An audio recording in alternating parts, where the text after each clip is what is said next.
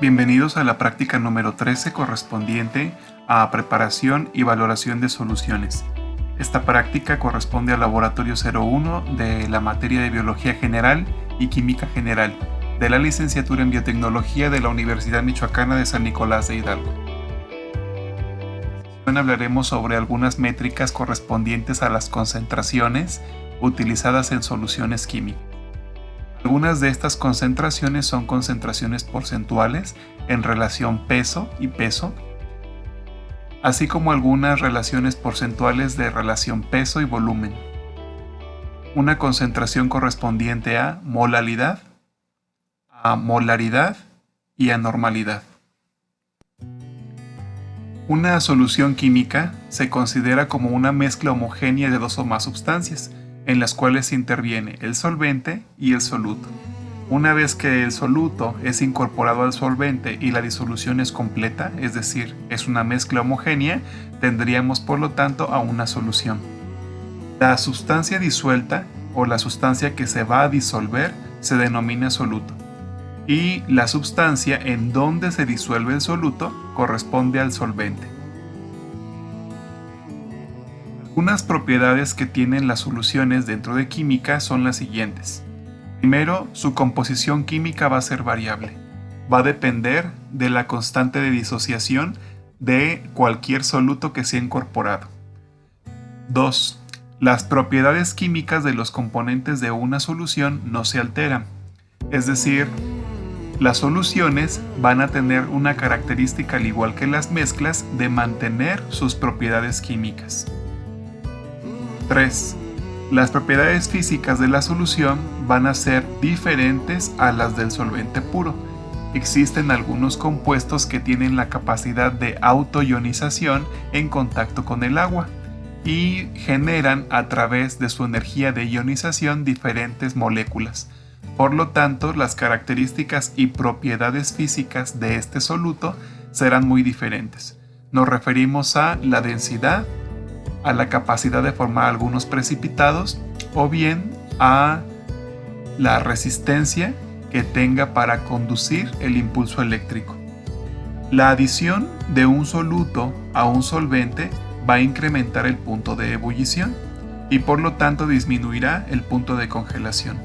La mayoría de las soluciones van a utilizar como el solvente al agua destilada, aunque hay algunas soluciones que se preparan en solventes orgánicos dependiendo del tipo de ensayo químico al que se refiera. Así también, la adición de un soluto a un solvente disminuye la presión de vapor del mismo. Cuando el soluto y el solvente forman una solución homogénea, no se pueden separar por métodos físicos como la decantación, filtración o el tamizado, siempre y cuando esta mezcla sea una mezcla homogénea. En el caso de mezclas heterogéneas, entonces podríamos no manejar como una solución, ya que las mezclas heterogéneas podrían separarse por decantación, filtración o tamizado. Nos referimos entonces a que una solución homogénea no se podría separar por estos métodos físicos. Tendríamos que utilizar algún método electroquímico o bien algún método que refiera la cristalización, la destilación o la cromatografía. A simple vista, una solución no permite distinguir elementos constitutivos. Poseen soluto y solvente en alguna proporción detectable. Y por lo tanto, las soluciones que son homogéneas solamente podrían ser separadas por métodos especializados. Las soluciones pueden considerarse como diluidas. Son aquellas que mantienen una cantidad de solvente mucho mayor a la del soluto, y el soluto refiere a una pequeña cantidad o fracción. En el caso de las soluciones que son concentradas, tendríamos una solución en la cual la cantidad del soluto incrementa, sin llegar a un efecto de saturación. Las soluciones saturadas son aquellas en donde el solvente ya no acepta una mayor cantidad de soluto. Y por lo tanto, aunque iniciemos procesos de agitación continua, ya no se llega a observar una situación miscible entre el soluto y el solvente. Llegó a su punto de saturación. Para lograr que esta solución siga incorporando soluto, podemos incrementar la temperatura del mismo y entonces obtendríamos una solución sobresaturada. Es aquella en donde la temperatura nos permitirá incorporar una mayor cantidad de soluto a la que puede soportar el solvente en temperatura ambiente. Incrementando la temperatura lo podemos lograr. Sin embargo, cuando se somete a un enfriamiento brusco, entonces la solución puede llegar a precipitar el soluto. En algunos casos, los enfriamientos bruscos no solamente podrían llegar a formar precipitados, sino también podrían favorecer a formar soluciones sobresaturadas, ya que los enfriamientos bruscos pueden llegar a permitir la incorporación de una cantidad mayor de soluto. Hay algunos factores que afectan a la solubilidad. La superficie de contacto. Es muy importante considerar la interacción entre el área de soluto y el solvente. Por ejemplo, si tenemos una solución en donde la cantidad de volumen del solvente es muy amplio, es muy grande, entonces tendríamos una área muy pequeña de contacto. Para favorecer que esta área de contacto tenga una mayor interacción, tendríamos que generar una agitación. Sin embargo, al reducir la cantidad de solvente, generaríamos que las áreas de contacto del soluto tuvieran una mayor interacción, generando una solución homogénea en un menor tiempo, siempre que las condiciones no sobrepasen a un proceso de sobresaturación. Entonces tendríamos que incorporar la temperatura para seguir adicionando el soluto. Otro factor que afecta la solubilidad es la agitación. Si una solución no tiene una agitación continua y una agitación adecuada, entonces tardaría un poco más en incorporar al soluto. Por lo tanto, al agitar la solución, se separan las capas de la disolución. Tendríamos en un momento, por la diferencia de densidad, al solvente en una porción y al soluto en la otra porción. Al momento de agitar podríamos llegar a involucrar una interacción entre ambos para que se mezclen y la solución sea homogénea. Así también hay algunos compuestos que requieren la absorción de energía del medio, dado que su incorporación genera procesos endotérmicos. Así también hay algunos otros que generan procesos exotérmicos, liberando calor. Y la agitación es un proceso adecuado para favorecer la formación de soluciones homogéneas. La temperatura favorece el movimiento de las moléculas, por lo tanto, aumentar la temperatura hace que la energía de las partículas sea mucho mayor y por lo tanto el proceso de mezcla sea continuo. Como ejemplo tenemos que en 39 gramos de cloruro de sodio en 100 gramos de agua podemos formar algunos cristales de precipitado que no se disuelven de forma adecuada a temperatura cercana a los 20 grados Celsius. Sin embargo, al aumentar la temperatura a 100 grados Celsius, la incorporación es completa, favorecida también por un proceso de agitación. La temperatura aceleró la incorporación del soluto en el solvente generando una solución homogénea y por lo tanto, al enfriarse, tendríamos una solución sobresaturada. La presión es otro factor que afecta la solubilidad. Esta va a influir en la solubilidad de los gases, particularmente en aquellos compuestos que llegarán a formar gases durante el proceso de formación de la solución. Dentro de las unidades que conforman a las soluciones tenemos la concentración porcentual peso y peso. Se expresa en gramos de soluto sobre gramos de solución. Para ello necesitamos conocer el peso del soluto y el peso de la solución una vez que se le incorporó el soluto. De esta forma podemos obtener la porción o la fracción del soluto sobre la masa de solución. Esta expresión nos permite relacionar algunas magnitudes físicas sin considerar el peso molecular de la sustancia. Otra magnitud de concentración porcentual es la relación peso sobre volumen. En este caso utilizaríamos el peso del soluto y no consideramos el peso del solvente o de la solución. simplemente nos referiremos al volumen final. Y en este caso tendríamos volúmenes por dilución o volúmenes por aforo.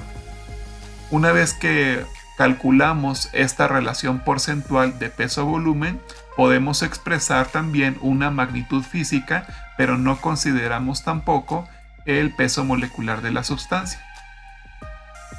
Un ejemplo de ello son las partes por millón, que permiten establecer la concentración de miligramos de soluto sobre litros de una solución. Otra magnitud que permite abordar las soluciones es la concentración por la fracción molar. En este caso importa el peso molecular de la sustancia del soluto y el peso molecular que tiene el soluto y el solvente, o los solutos con su solvente. Por lo tanto, tendríamos que, si queremos conocer la fracción molar del soluto, tendríamos que dividir el número de moles de el soluto entre el número de moles del soluto más el solvente. Y de esta forma tendríamos la magnitud de fracción molar. Se va a expresar en términos de moles de un componente en relación a los moles totales de la solución. Otra magnitud es la molaridad. Es muy común utilizar la molaridad en procesos de valoración en química analítica, así como la normalidad. En el caso de la molaridad nos vamos a referir a la relación existente entre los moles de soluto y el volumen de la solución. En este caso importa el peso molecular de la sustancia, así como la masa que se está incorporando del soluto a la solución. Es una concentración expresada en el número de moles por cada litro de solución, y por lo tanto para ello requerimos conocer el número de moles. Tendríamos que el número de moles lo podemos determinar dividiendo la masa del soluto entre el peso molecular del soluto. En este caso, si las moléculas o compuestos están dihidratados, tetrahidratados, pentahidratados o tienen alguna magnitud de hidratación, no se consideran, solamente se considera la sal primaria sin incorporar su número de hidratación. La concentración de molalidad es otra concentración de las soluciones. Es muy poco utilizada en química analítica, pero en algunos procesos es necesaria. Esta concentración refiere, al igual que la anterior, el número de moles. Sin embargo, en este caso no corresponderá al volumen, sino corresponderá al peso del solvente. En este caso, la molalidad es una magnitud utilizada dentro del Sistema Internacional de Unidades para expresar una concentración de disolución con respecto al peso. La concentración de normalidad es una de las más comunes en estudios de química analítica. Es una medida que permite conocer la concentración de la solución en una relación de volumen, y para ello utilizamos el número de equivalentes gramo de soluto. Entonces, para poder calcular la normalidad necesitamos conocer el número de moles, o bien la masa y el peso molecular. Requerimos conocer el peso equivalente, así como el número de equivalentes que están participando en esta solución, dependiendo del origen de la sal.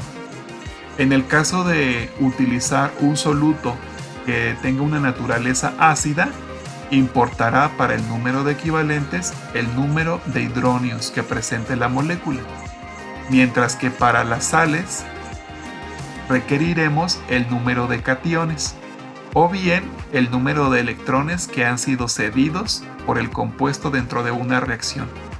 En cuanto a las bases, es muy importante observar la carga negativa que aportan los grupos hidroxilo.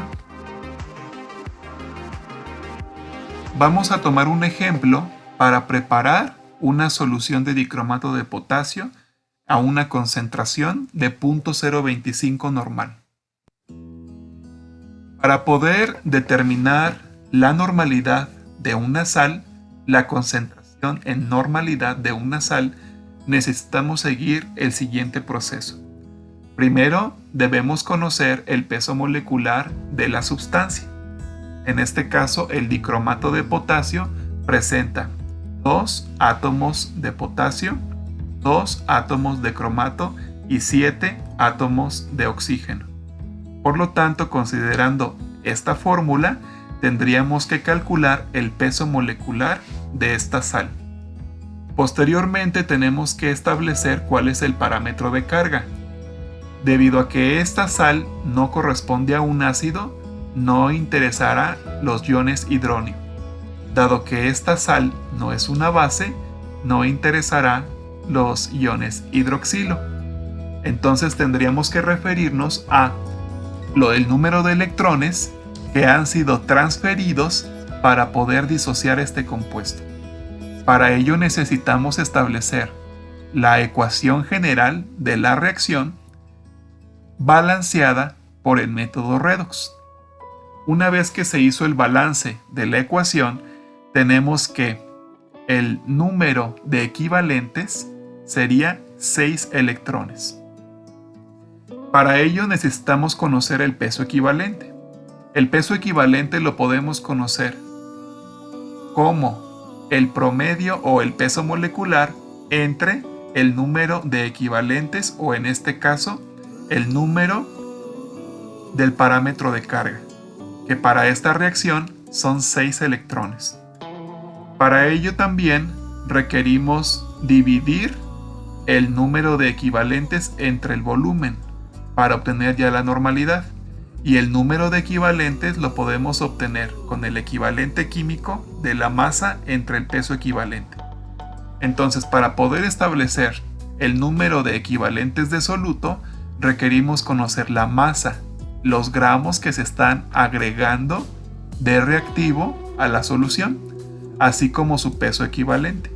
El peso equivalente como una relación entre el peso molecular y el parámetro de carga, que para el dicromato de potasio es 6, por el número de electrones que son cedidos en la reacción, y para ello requerimos hacer el balance redox.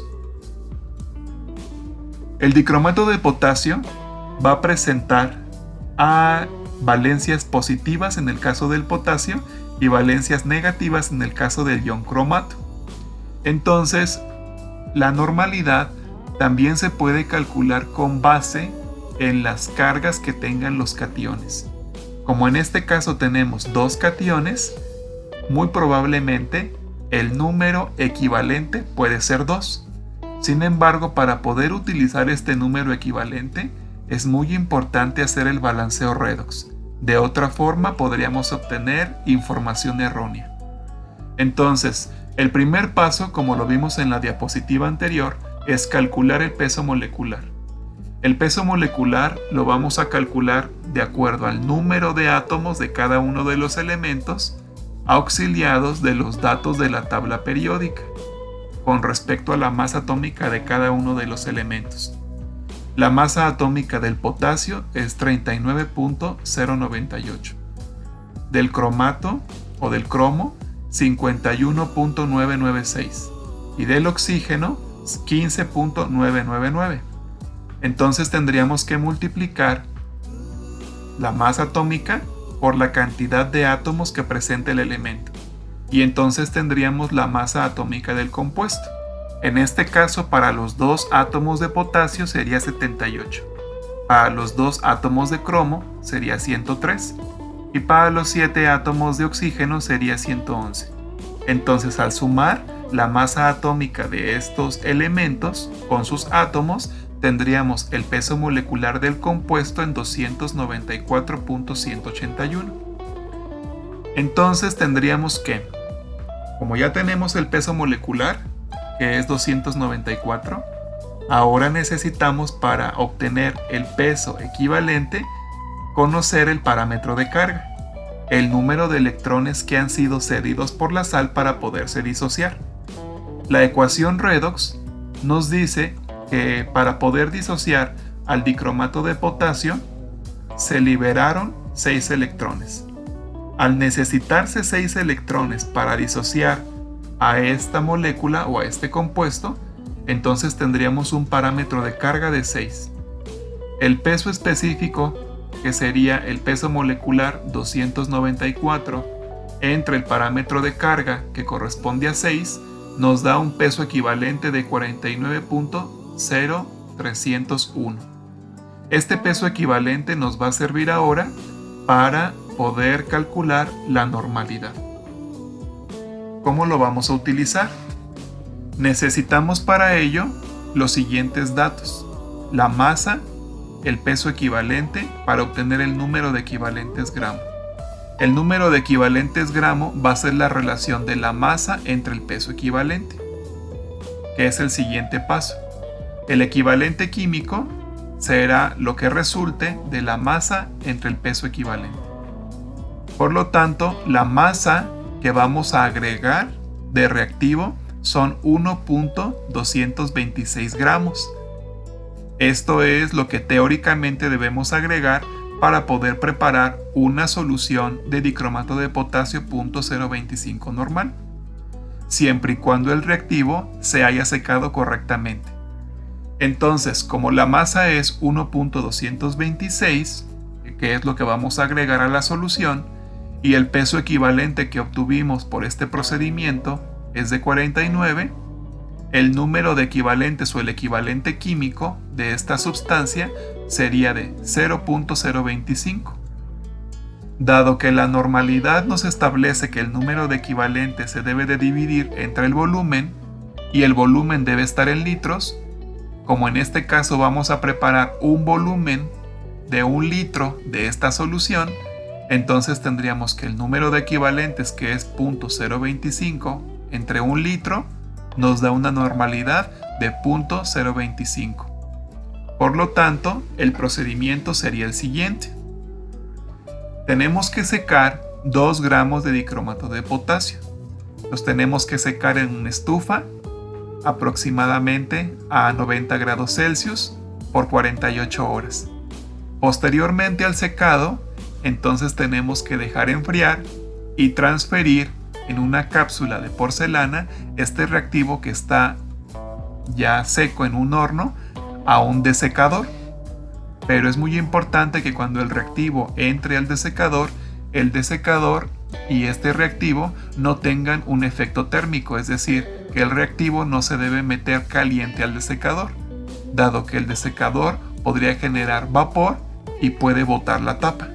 Entonces es muy importante que el reactivo se deje enfriar dentro de la estufa y posteriormente se traslade a un desecador, el cual va a tener en la base a cristales de sílice para extraer la humedad restante que pudo haberse transferido en la manipulación del reactivo. Posteriormente, con una balanza analítica que tenga 4 dígitos de precisión después del punto, vamos a pesar 1.226 gramos. Al pesar este reactivo, procederemos a disolverlo en 500 mililitros de agua destilada y posteriormente los aforamos al volumen final, que es de 1 litro. El aforo lo vamos a hacer con un matraz de aforo, utilizando esta línea del cristal para poder establecer hasta dónde llega el meñisco y estar seguros que el volumen es el correspondiente a esta disolución. Ahora vamos a preparar una solución de tiosulfato de sodio .025 molar. Para poder determinar la molaridad de una sal, seguimos el siguiente procedimiento. Primero calculamos el peso molecular, al igual que en el ejercicio anterior. Posteriormente establecemos cuál va a ser la masa de la sustancia, es decir, cuántos gramos vamos a adicionar a la solución. Después determinamos el número de moles, indicamos el volumen que requerimos de esta solución y posteriormente vamos a dividir el número de moles entre el volumen. Para calcular el número de moles vamos a utilizar la fórmula correspondiente a la masa entre el peso molecular. Entonces tendríamos que, dado que el tiosulfato de sodio está compuesto por sodio, azufre y oxígeno, establecemos su peso molecular. Sin embargo, el peso molecular que vamos a considerar para el cálculo de la molaridad será pentahidratado, dado que es la forma comercial en la que se distribuye el tiosulfato de sodio. Entonces, adicional al peso molecular de la molécula de tiosulfato de sodio, del compuesto tiosulfato de sodio, compuesto por 2 sodios, 2 azufres y 3 oxígenos, vamos a adicionar 5 oxígenos y 10 hidrógenos, correspondientes a 5 moléculas de agua, dado que el compuesto es tiosulfato de sodio pentahidratado. Así entonces tendríamos que, con base en este peso molecular y una masa de 6.205 gramos, obtenemos un número de moles que es de 0.025.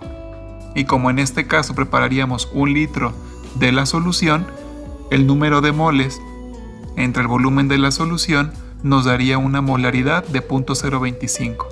Es una molaridad teórica, la cual tendríamos que comprobar de forma experimental. Para ello, el siguiente ensayo. Secamos 10 gramos de tiosulfato de sodio. Pesamos con exactitud 6.205 gramos y se disuelven en 500 mililitros de agua destilada, para después aforar a 1 litro, para que nos quede una solución homogénea de 1 litro de tiosulfato de sodio. Para la preparación de una solución porcentual de almidón soluble, primero determinamos la masa del soluto, que es la cantidad de gramos que vamos a utilizar. Después el volumen de la solución, que será el volumen final que queremos obtener.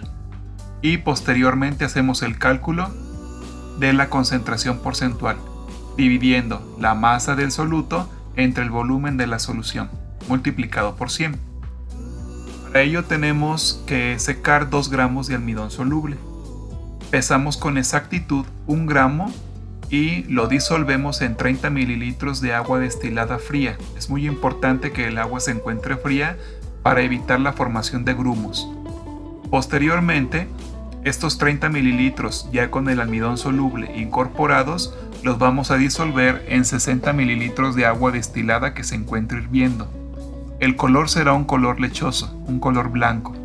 Tenemos que esperar por ebullición y agitación constante hasta que cambie de este color lechoso a un color gris claro. Después enfriamos y una vez que se encuentre fría esta solución vamos a aforar a 100 mililitros. Con estas soluciones que hemos preparado, ahora procederemos a la determinación de la normalidad del tiosulfato de sodio, dado que hicimos unos cálculos teóricos para establecer la concentración molar que tendrá el tiosulfato. Esperamos obtener una solución normal cercana a 0.025, pero para poder establecer esto, como los cálculos teóricos nos dan una molaridad de 0.026, tenemos que hacer una valoración por medio del yodo para poder establecer el valor exacto de la normalidad. Para ello vamos a ocupar en un matraz Erlenmeyer algunas soluciones. Vamos a disolver 1 gramo de yoduro de potasio, el cual debe estar exento de yodato. Lo vamos a disolver en 60 mililitros de agua. Posteriormente, adicionamos 0.5 mililitros de ácido sulfúrico para favorecer una adecuada oxidación del yodo, dado que la oxidación del yodo se da en un pH de 0 a 7. Si el pH es básico, también sucede el proceso de oxidación. Sin embargo, la reducción de este ion puede tener algunas complicaciones. Es por ello que es muy importante mantener una condición ácida. Entonces, agregamos el ácido y posteriormente 10 mililitros de la disolución que preparamos de dicromato de potasio. Una vez que tengamos todos los reactivos dentro de esta solución, vamos a completar un volumen a 100 mililitros con agua destilada. Vamos a presentar una coloración amarilla a color ámbar. A esta coloración de esta solución le vamos a adicionar almidón para poder generar una coloración oscura, ya sea de un café muy intenso hasta un color casi negro. Al adicionar el almidón, lo vamos a utilizar como testigo para evidenciar la interacción que tendrá el tiosulfato de sodio con el yoduro de potasio.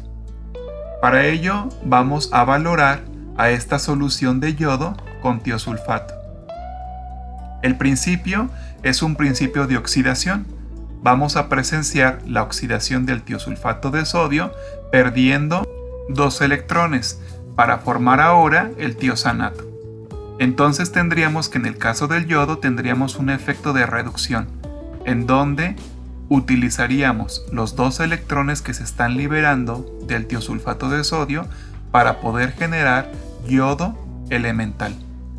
En una reacción molecular ajustada tendríamos que el tiosulfato de sodio, en presencia del yodo, nos formaría el tiosanato de sodio, así como yoduro de sodio, facilitando la desaparición de color, dado que el yodo ya no va a estar interactuando con el almidón.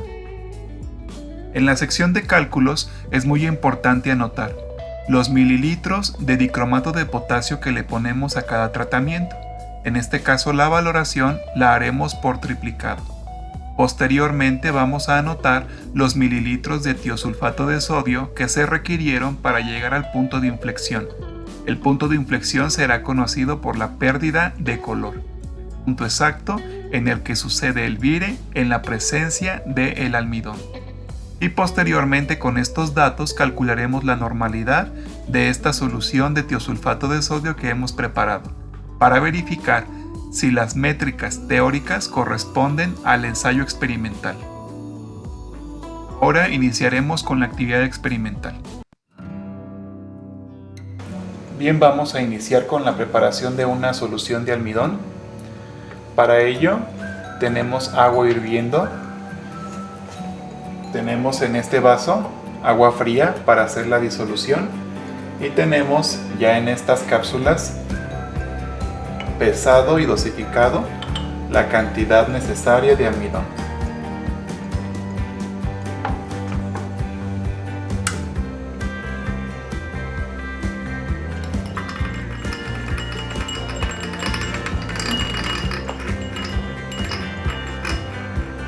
Vamos a utilizar este agitador magnético para favorecer la agitación y facilitar la incorporación total del almidón soluble. Rescatamos los residuos que pudieran quedar en la cápsula.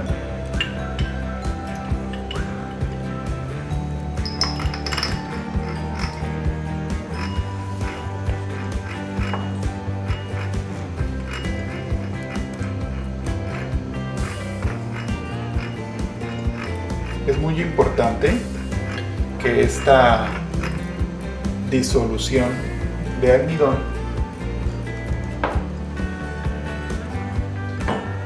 primero tenga un proceso de homogenización en frío, dado que el almidón es un polisacárido de alto peso molecular. En presencia de temperaturas muy altas llega a formar agregados. Entonces se formarían grumos, muy parecido como ocurre en la disolución de la fécula de maíz.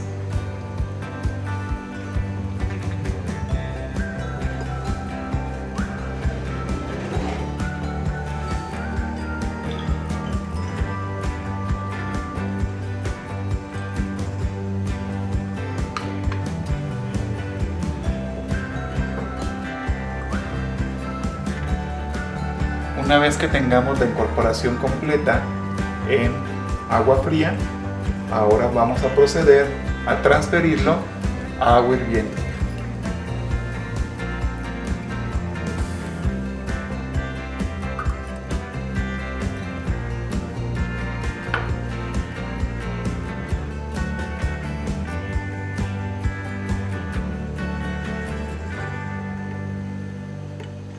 Rescatamos residuales con diferentes enjuagues y iniciamos el proceso de agitación. Si observamos, la coloración que presenta esta disolución empieza a adquirir un tono grisáceo, ya no es un tono blanco lechoso.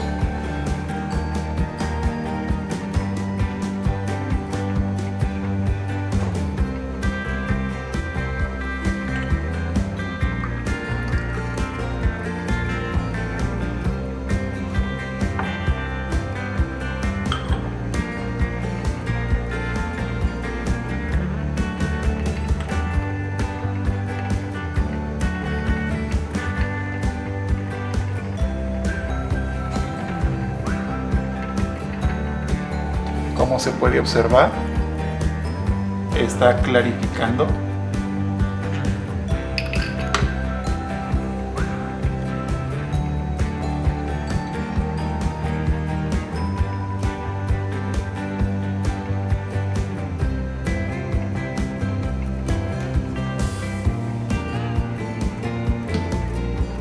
Y aquí tenemos ya preparada agua con un cuerpo frío. A continuación lo que haremos será sumergir la solución de almidón en agua fría para remover el calor y poder aforar. Es muy importante que las soluciones no se aforen cuando están calientes, dado que las moléculas están con un mayor grado de expansión y se puede tener un volumen erróneo. Removemos el cuerpo frío.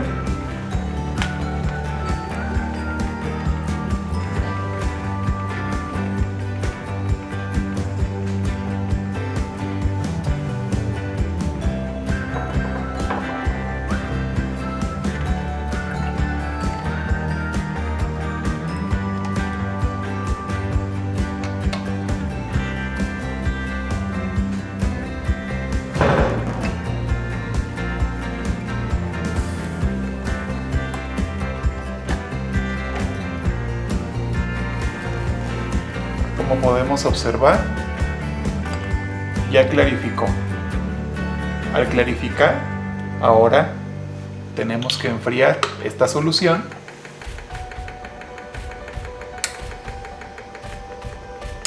para proceder a su aforo.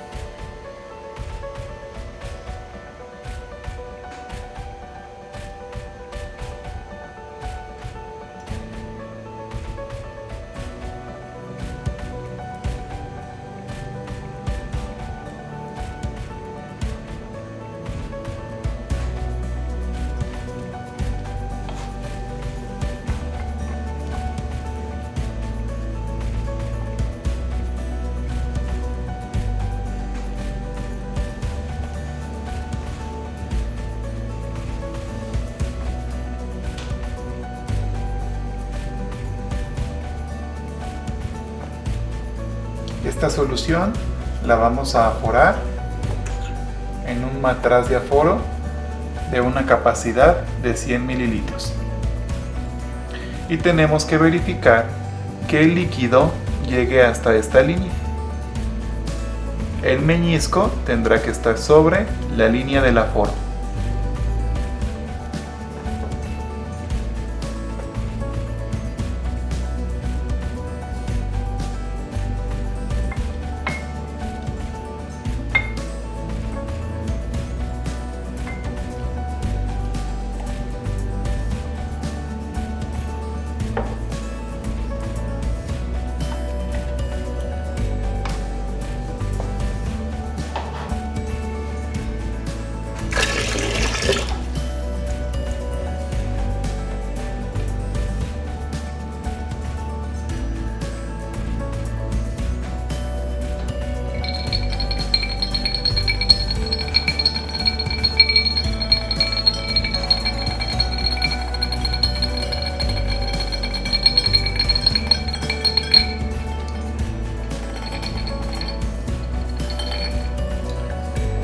Utilizamos el agitador magnético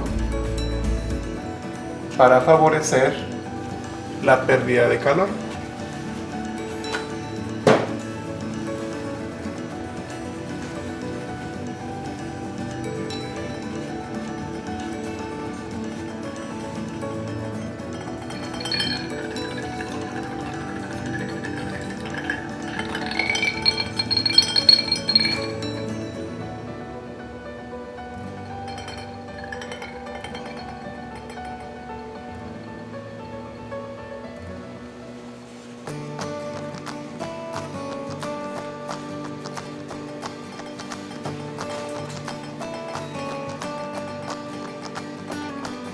Una vez que el almidón logre llegar a una temperatura ambiental, entonces procederemos a su aforo.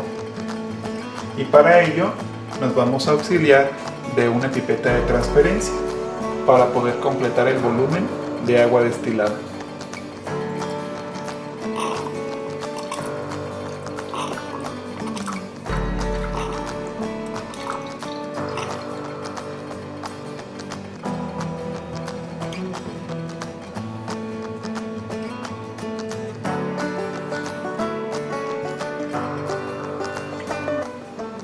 Es muy importante que el agua para este proceso de refrigeración esté muy fría, por lo menos a unos 10 grados Celsius.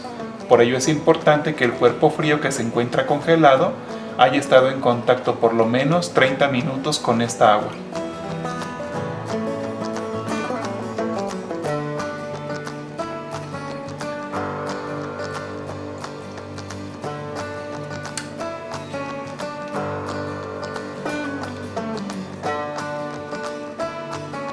Verificamos. Listo, ya no tenemos sensación de calor.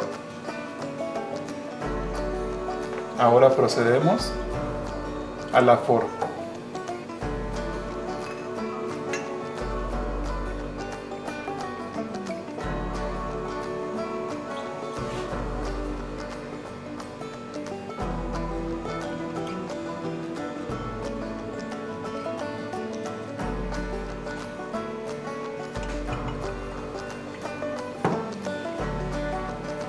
Utilizamos agua destilada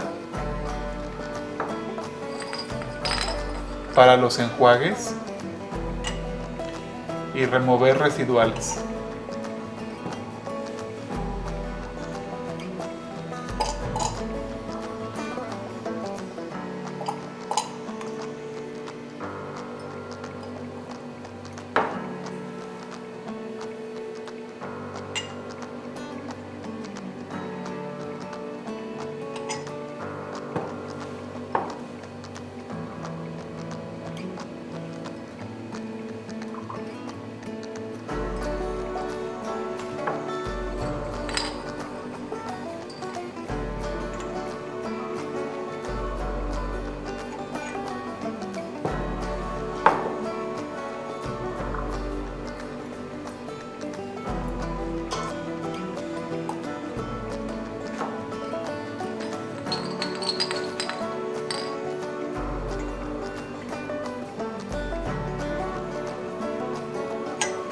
Listo.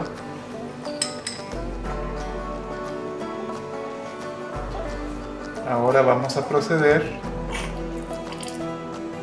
a corregir el aforo.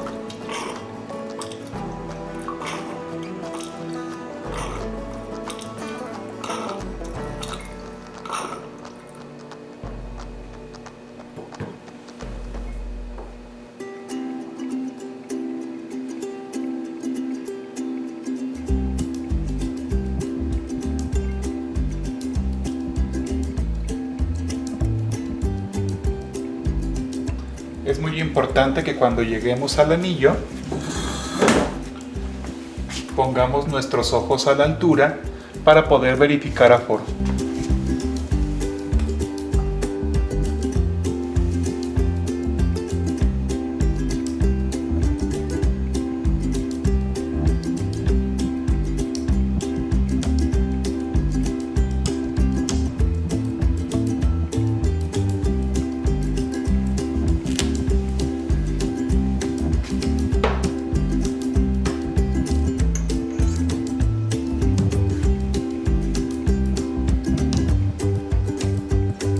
Incorporamos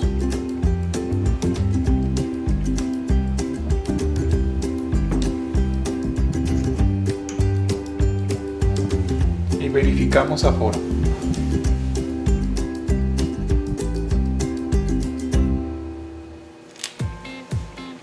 El aforo es correcto, nuestra solución de almidón está completa. A continuación vamos a preparar nuestra solución de dicromato de potasio .025 normal.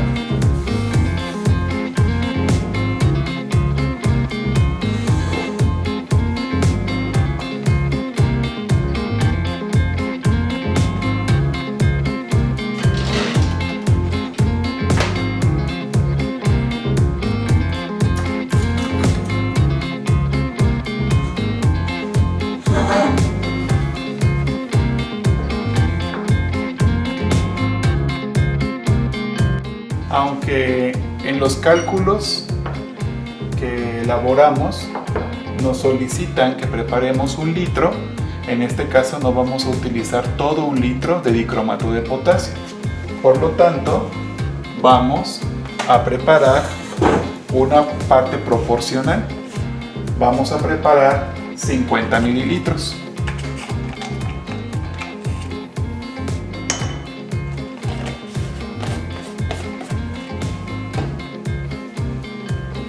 Tenemos para ello ya el dicromato pesado, lo vamos a transferir.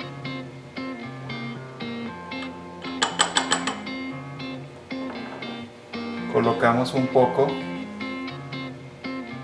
de agua destilada en la cápsula para remover residuales.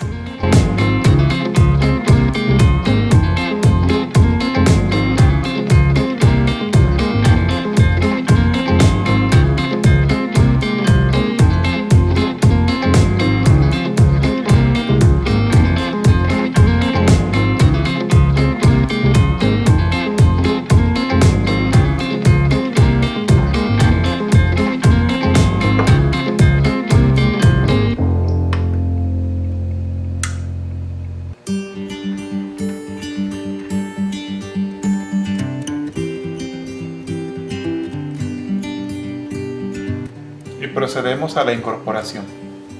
Para ello tenemos ahora un matraz de aforo con una capacidad de 50 mililitros.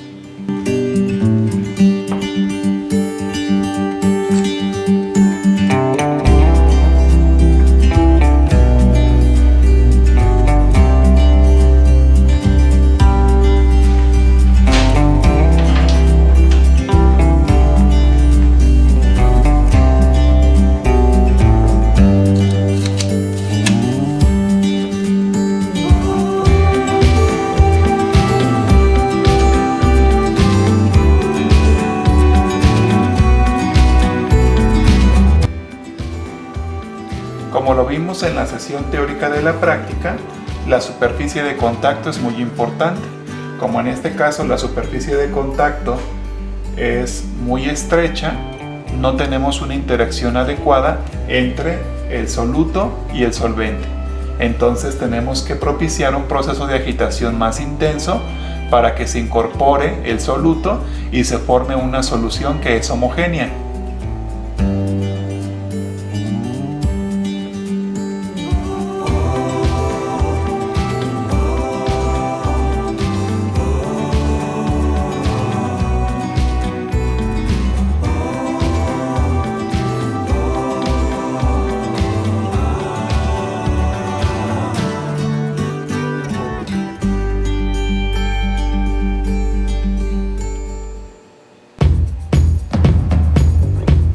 Verificamos.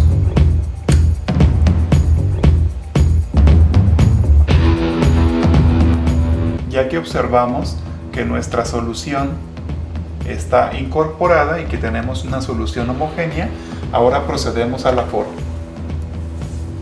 En este caso, esta solución no generó la emisión de calor, es decir, fue una solución que no requirió un cambio químico para poder generar una incorporación exotérmica. Por lo tanto, no tendríamos que esperar a que se enfríe nuestra solución.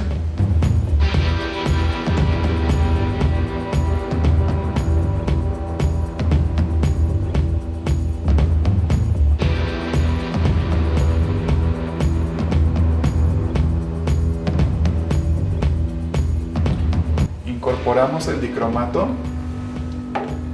y enjuagamos para residuales.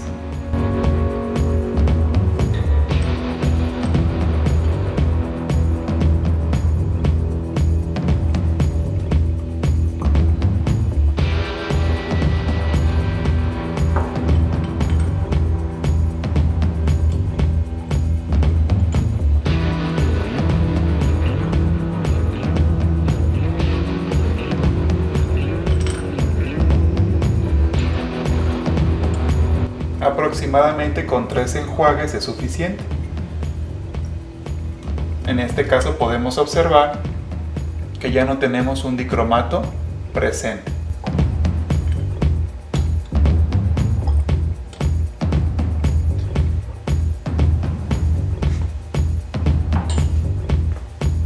Ahora se procede al aforo.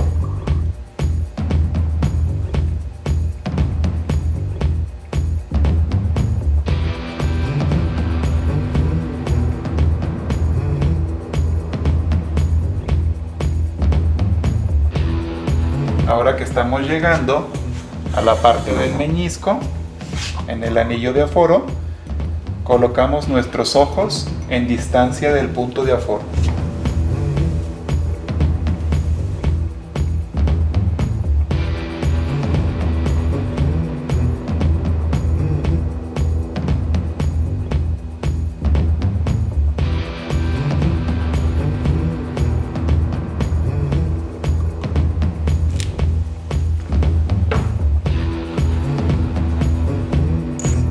Homogenizamos.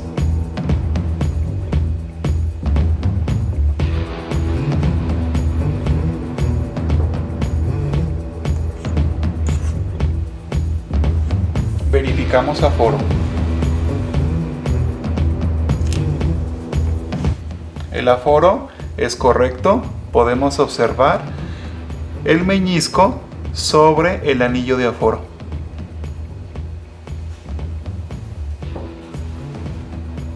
Ahora nuestra solución de dicromato está lista. Vamos ahora a preparar una solución de tiosulfato de sodio.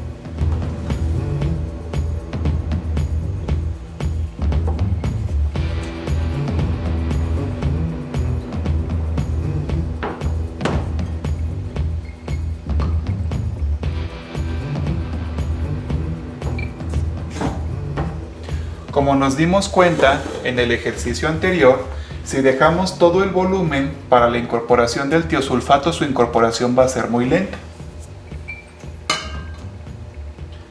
Entonces, ahora vamos a hacer otro ejemplo, y en este ejemplo vamos a poner una cantidad de volumen pequeña. Incorporamos el tiosulfato.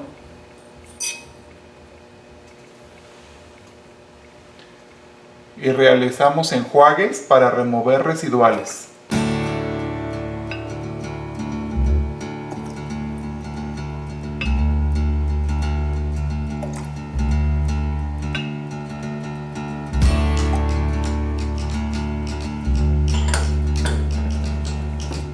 Procedemos a la incorporación por agitación.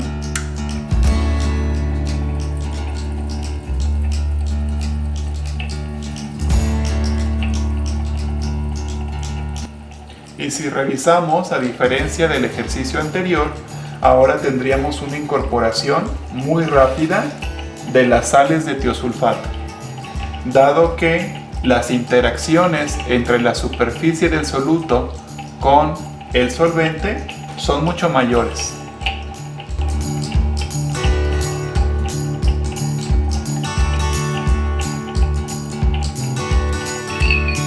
Si revisamos, tenemos la incorporación completa de las sales de tiosulfato.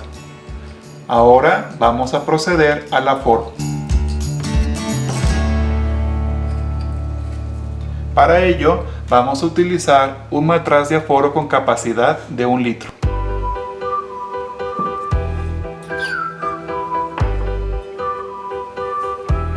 Transferimos.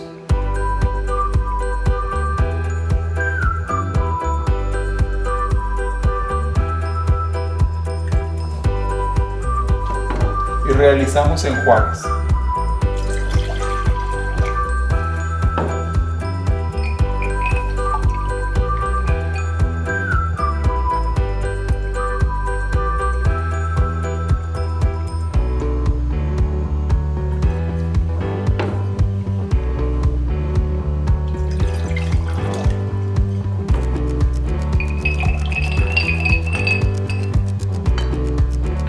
Como en este caso la solución de tiosulfato de sodio se requiere para diferentes técnicas y en una cantidad considerable, si preparamos 1 litro. Es muy importante considerar el gasto de la solución, para no preparar soluciones de litro completas. Solamente preparar lo que se requiere para el desarrollo del ensayo.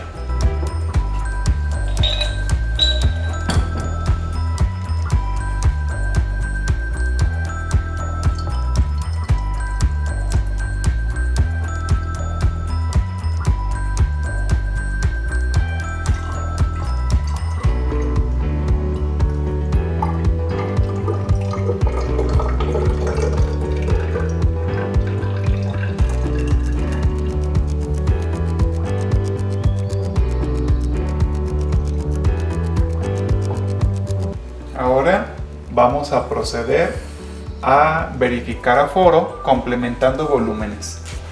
Es muy importante que nuestros ojos se encuentren en distancia con el anillo de aforo.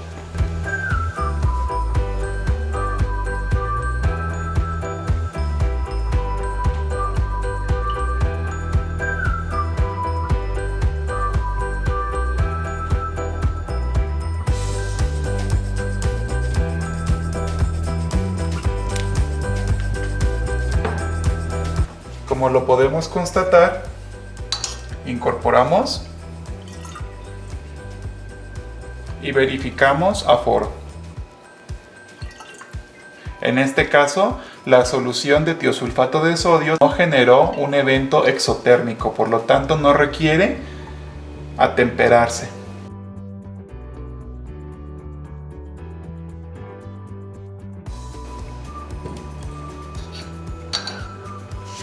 Revisamos aforo.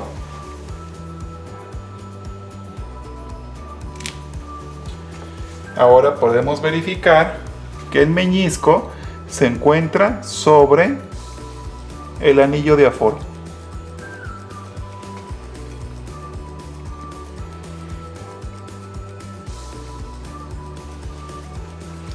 Nuestra solución de tiosulfato de sodio está lista.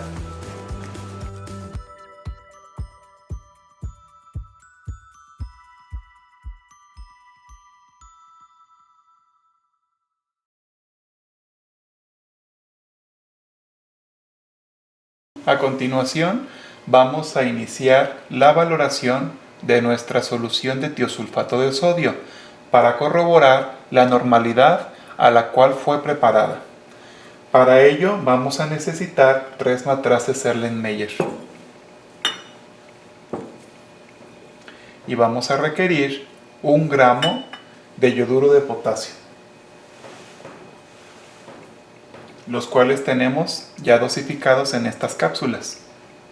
Vamos a incorporar el yoduro de potasio en agua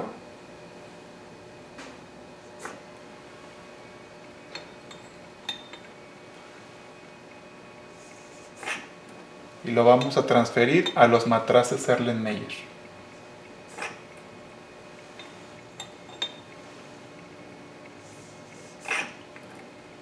Enjuagamos residuales.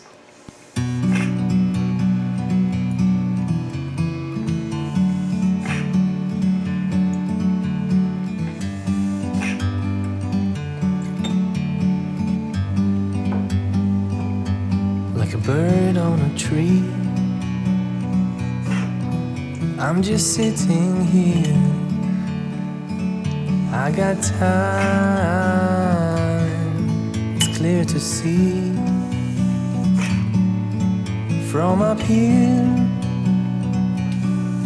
the world seems small.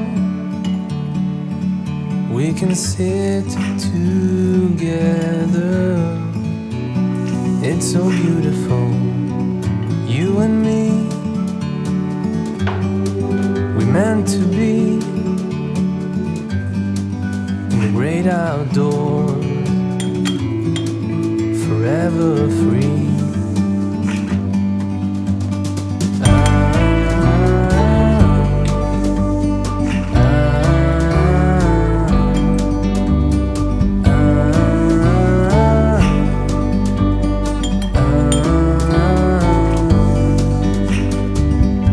Sometimes you need to go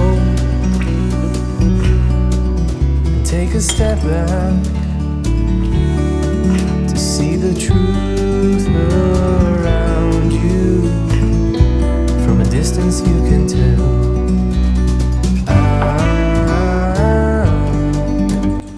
Favorecemos la incorporación por agitación. You and me, meant to be in the great outdoors, forever free.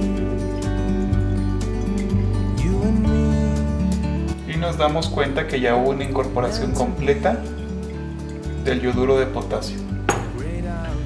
Ahora vamos a proceder a incrementar un poco el volumen de agua.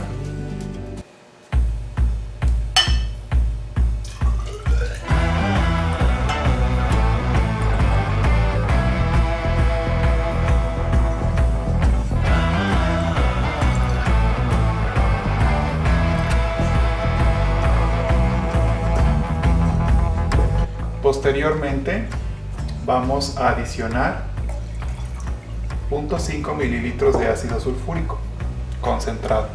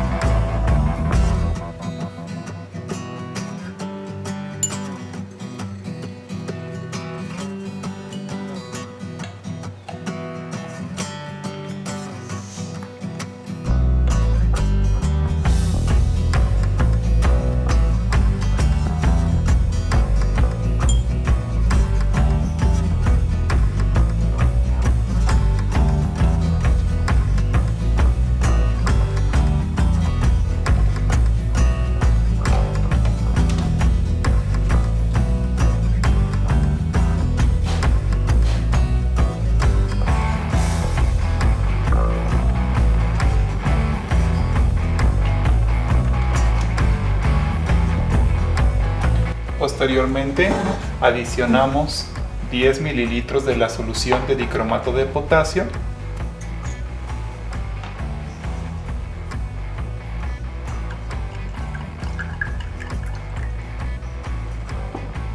Vamos a utilizar para ello un matraz de aforo de 10 mililitros.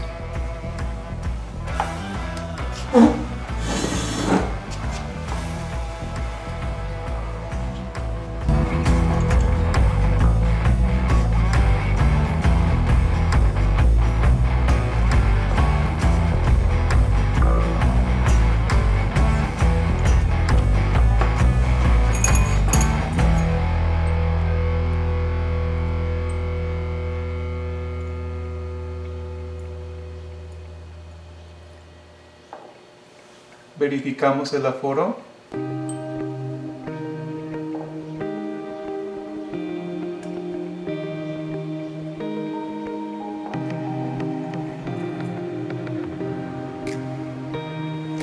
Y transferimos.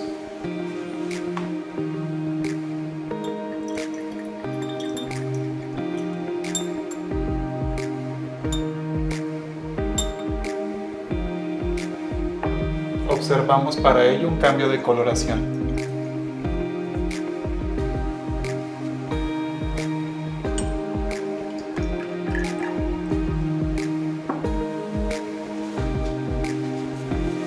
Pasamos al segundo tratamiento.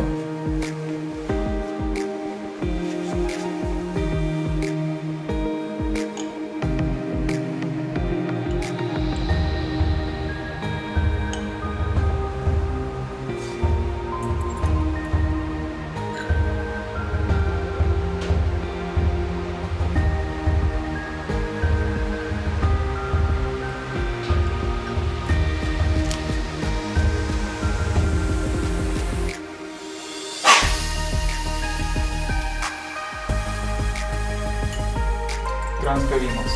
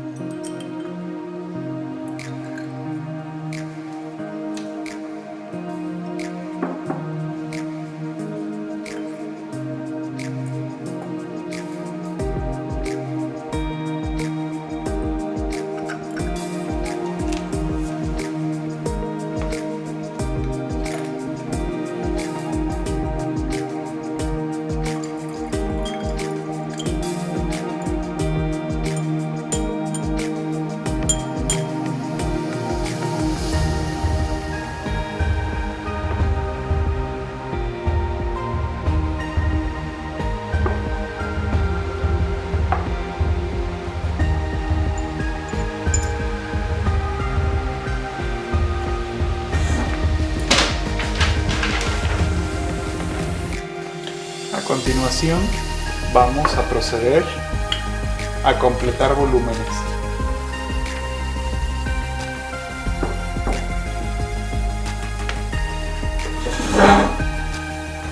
Vamos a completar un volumen de 100 mililitros.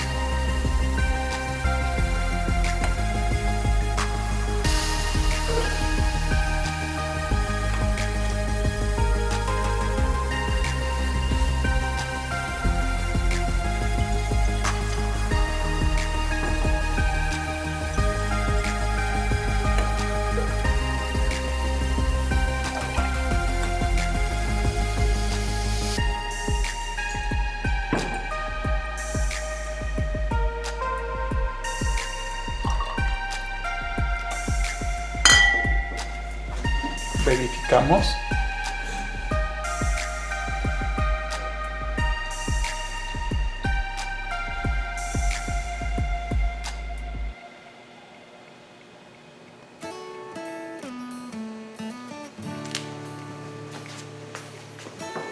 Y ahora transferimos.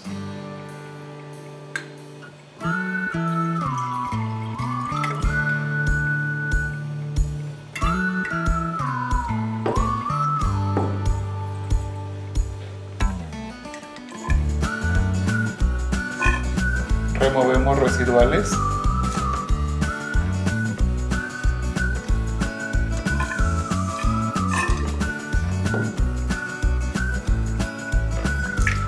Iniciamos el procedimiento 2.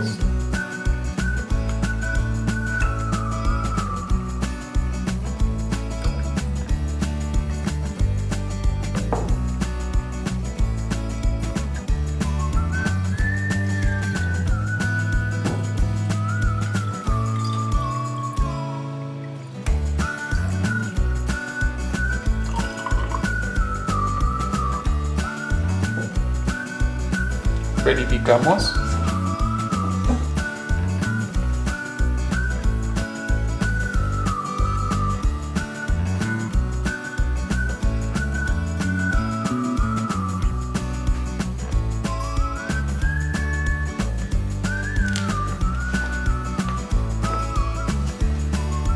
Transferimos.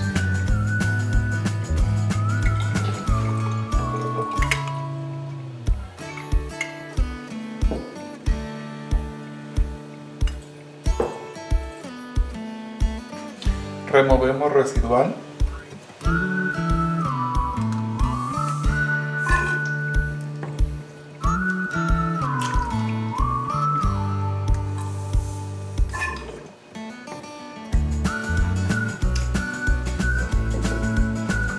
Y hacemos el siguiente procedimiento.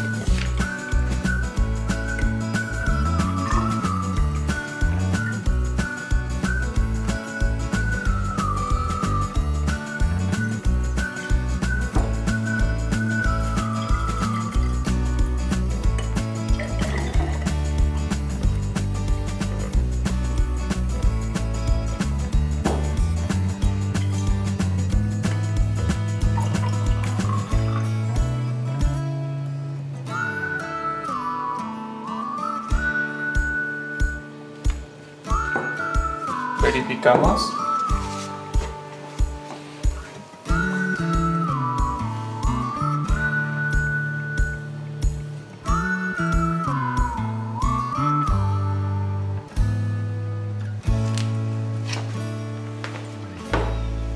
Transferimos.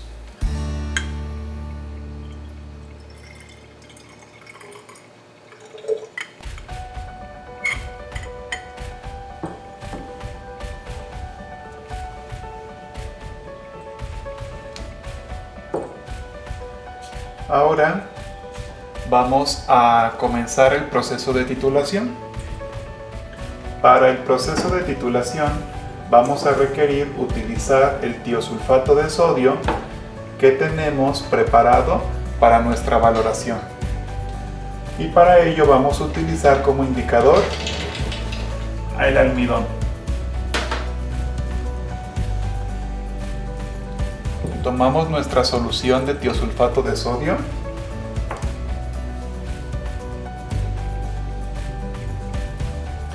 y la transferimos a un vaso de precipitado.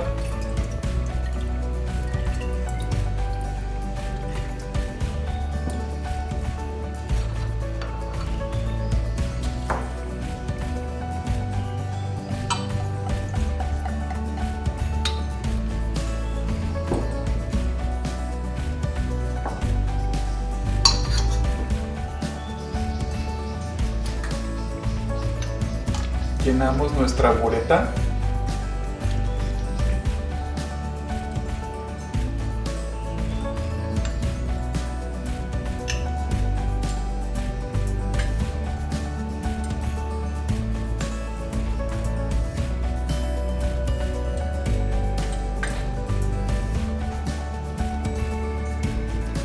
Y sacamos el aire de la punta de la bureta.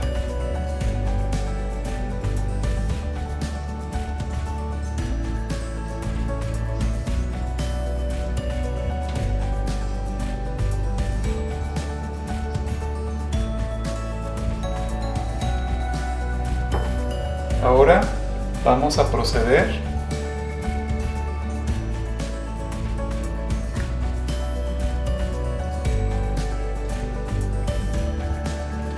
a colocar el cero en la bureta.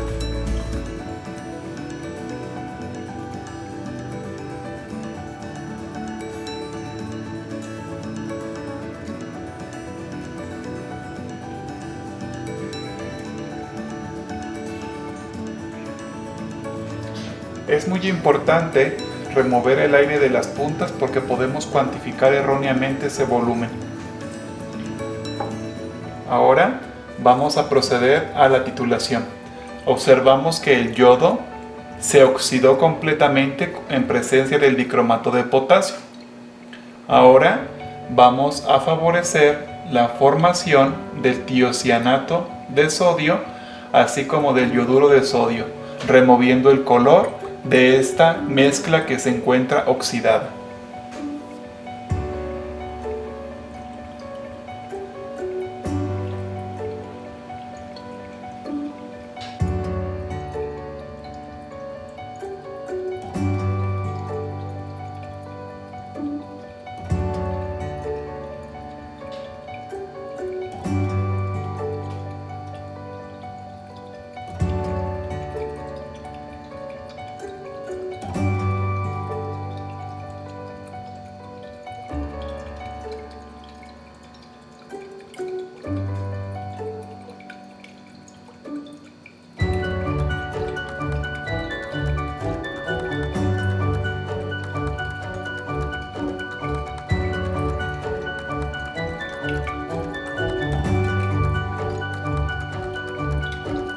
Cuando lleguemos a un color amarillo pálido, adicionamos almidón.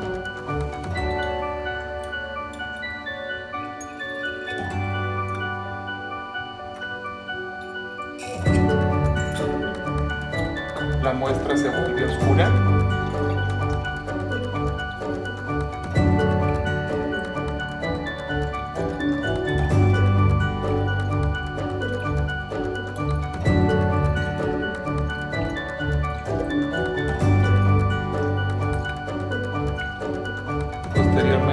tenemos un color azul intenso.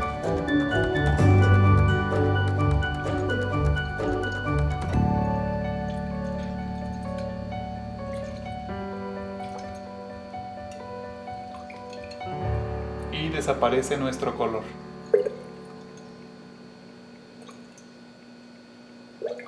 La valoración es completa.